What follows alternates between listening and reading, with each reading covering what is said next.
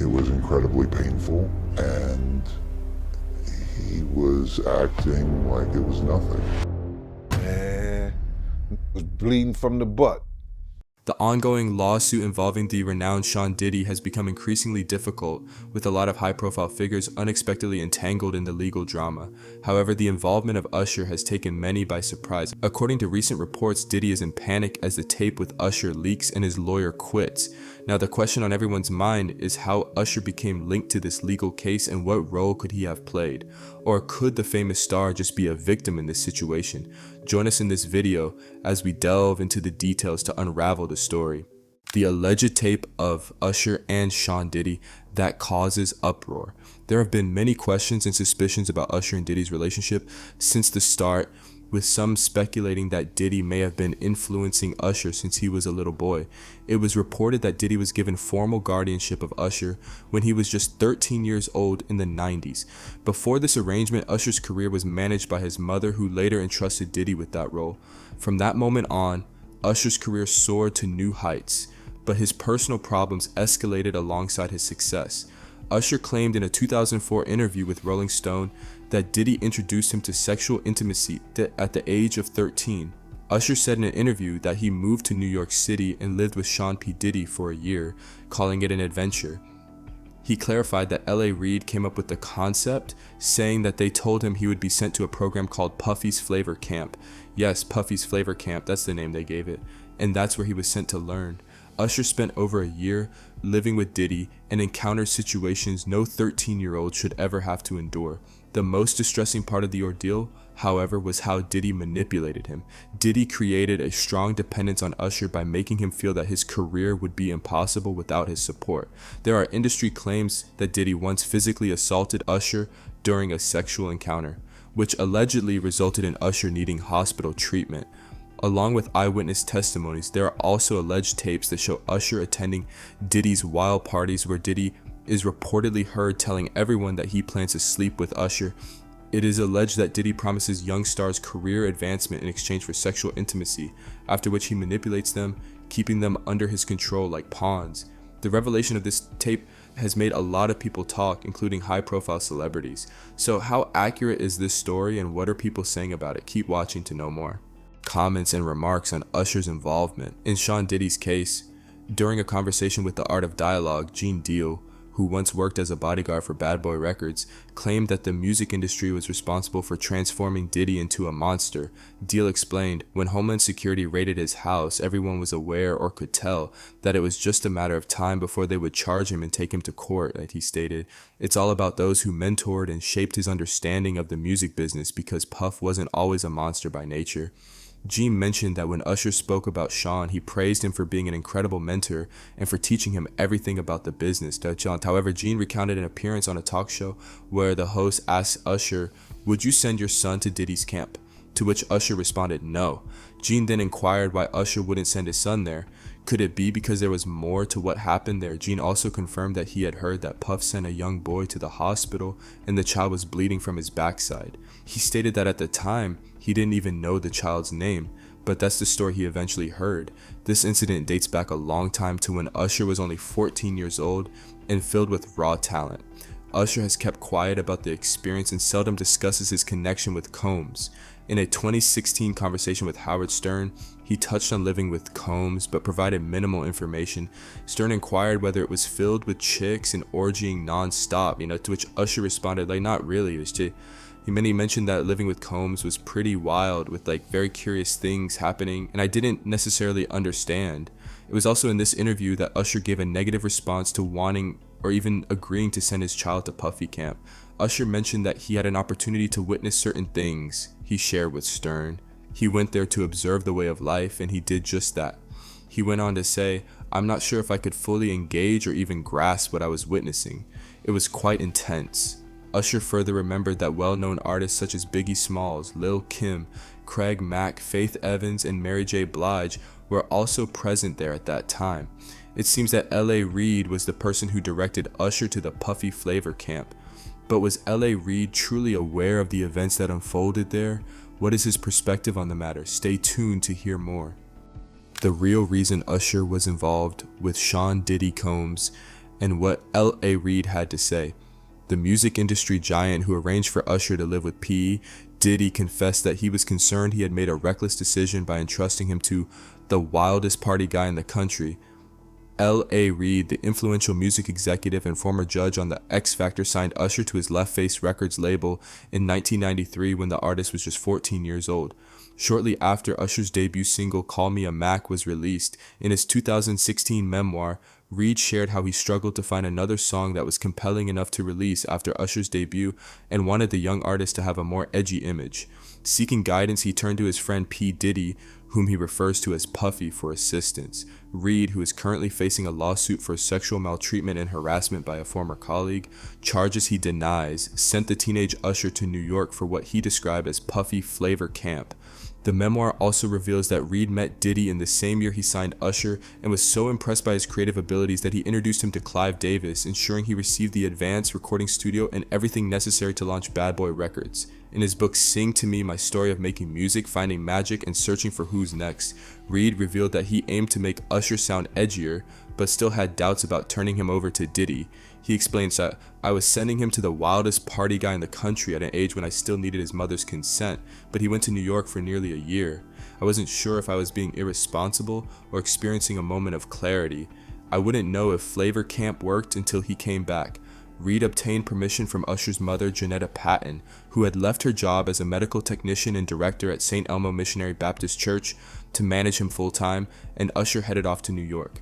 After Usher's year-long stay at Puffy Flavor Camp, Diddy came to the Four Seasons Hotel in Beverly Hills to meet with Reid and play him Usher's album. By the end of the year, Reid was thrilled to see that his gamble had paid off. Reid remembered, "Puffy walked in shirtless like he owned the world, popped a cassette into my stereo, hit play, and began dancing around the room as soon as the music started." He added, "Puffy had done exactly what I hoped for Usher. He had given this young kid a hip-hop infused R&B sound with a dose of bad boy swagger."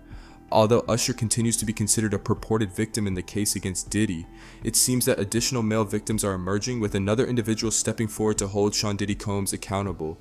Who is this new claimant? What does his narrative entail? Does it add to the fingers pointing at Diddy? Stay tuned as we unveil the details. Another male victim speaks up on his abuse from Sean Diddy. One of Diddy's victims, who turns out to be a security guard at one of Sean Combs' infamous white parties in the Hamptons, stepped forward and gave CNN an exclusive interview. The victim has decided to remain anonymous and chooses to be known as John Doe. When asked about the encounter, he explained that at first, Diddy was incredibly kind, hospitable, and interesting, which resulted in a nice chat.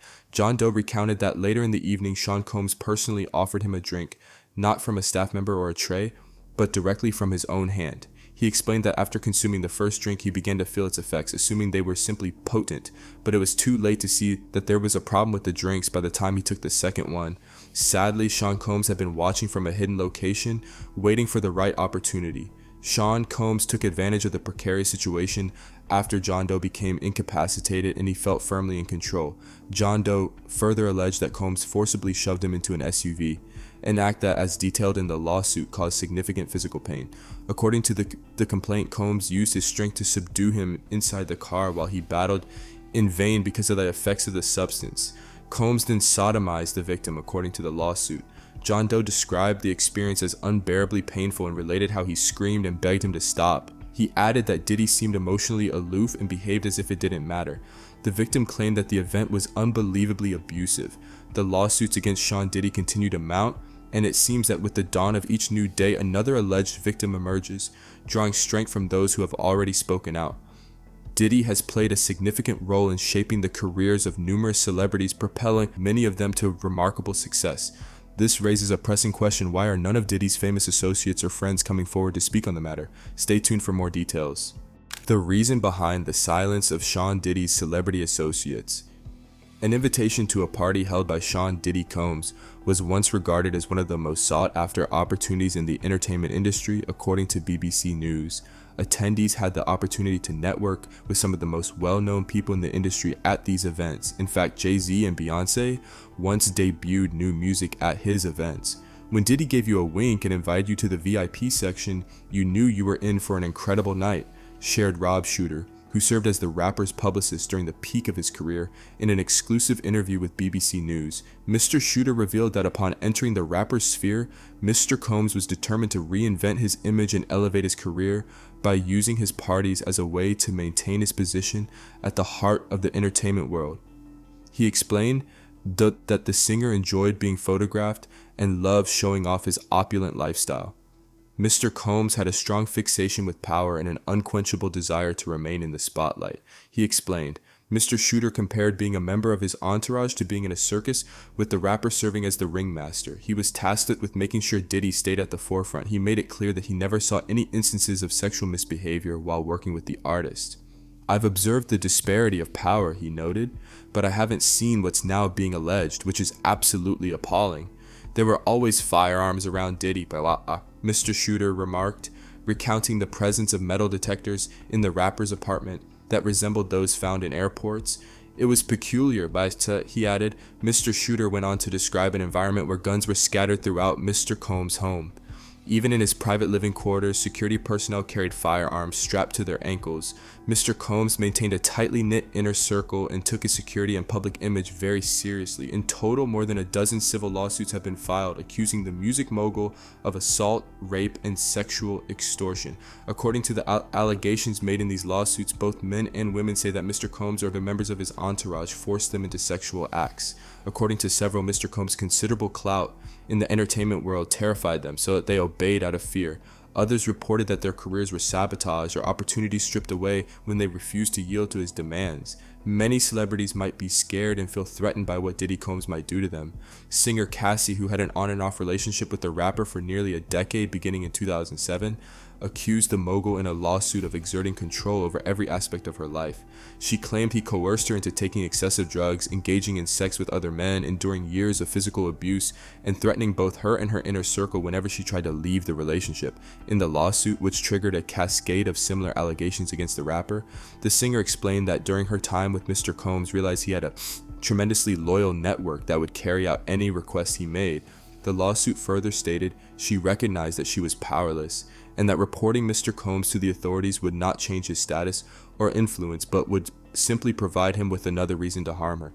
Cassie, whose full name is Cassandra Ventura, revealed that after attempting to leave Mr. Combs, his record label threatened her by saying her single would not be released unless she responded to Mr. Combs' phone calls, according to the lawsuit. So it turns out lots of Hollywood celebrities are scared to speak out against the music mogul due to fear of what might happen next. Still, the lingering question is, if Usher has truly faced the abuse like the rumor says for so many years, why has he kept quiet about it for so long? Let's explore further. The reason behind Usher's age-long silence and Sean Diddy Combs' leverage on several celebrities. Usher is believed to have endured Diddy's alleged abuse for such a long period due to threats made by Diddy. It is said that Diddy possesses recordings of everyone who attended his parties detailing their actions while under the influence of drugs. Usher likely feared that speaking out would end his career, as he believed Diddy could use these tapes against him. According to Gene Deal, Diddy had a pattern of gaining leverage over celebrities. Allegedly, Diddy holds incriminating tapes involving various well-known figures. This could also explain why no one has stepped forward to defend him. As Gene Deal puts it, all the celebrity friends he has, and nobody came out. It's all about the money. They saw what he did to Cassie with the kicking and punching. They knew nobody in America would support that. Now these people are connected to a brand, whether it's music, clothing, or movies. They won't speak on anything related to him, and they just hope they're not on tape doing something reckless, caught up in everything that comes with it. Diddy is said to have over 250 cameras installed throughout his property, and it's been claimed that anyone who thought they were not being watched, whether it was your favorite pastor or politician, was actually under surveillance by Brother Love. Tony Busby has stated that he will be revealing the identities of all those involved with Diddy. Reports suggest that there are more than 300 victims who have police reports and medical records to substantiate their allegations. Busby explains, "We plan to name individuals in these lawsuits. We're not going to reveal names in interviews or rush into anything without thoroughly investigating, because obviously these kinds of accusations are damaging whether they are true or false.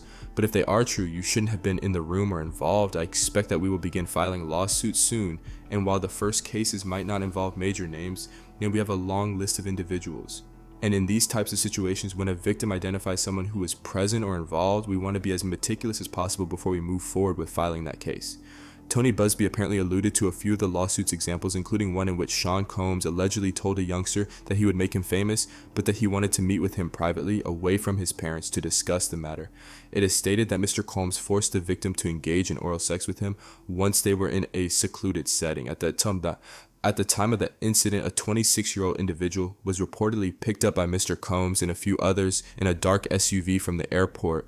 She was offered a drink in the vehicle and later woke up the following day with no memory of the events, but with pain and injury to both her vaginal and anal areas. She then went to a hospital and discovered that her underwear and shoes were missing. In another case, an adult woman attended a group dinner in Miami with Mr. Combs. Although she was not consuming any alcohol due to pregnancy, whatever she drank at the table, as she claimed, was also spiked with something. She passed out and later woke up in the same bed, allegedly at Mr. Combs' mansion in Miami. Both her vaginal and anal regions were injured and in pain. The lawsuit is indeed a very challenging one, and it might pretty much be overwhelming for Diddy's attorney. However, that is his job. Now, over to you. Please share your opinion on these unfolding details in Diddy's lawsuit in the comment section below. Thank you for watching this video. We hope you found it interesting. Don't forget to like and subscribe. Click the next video shown on your screen to catch up on your favorite celebrity stories. See you there.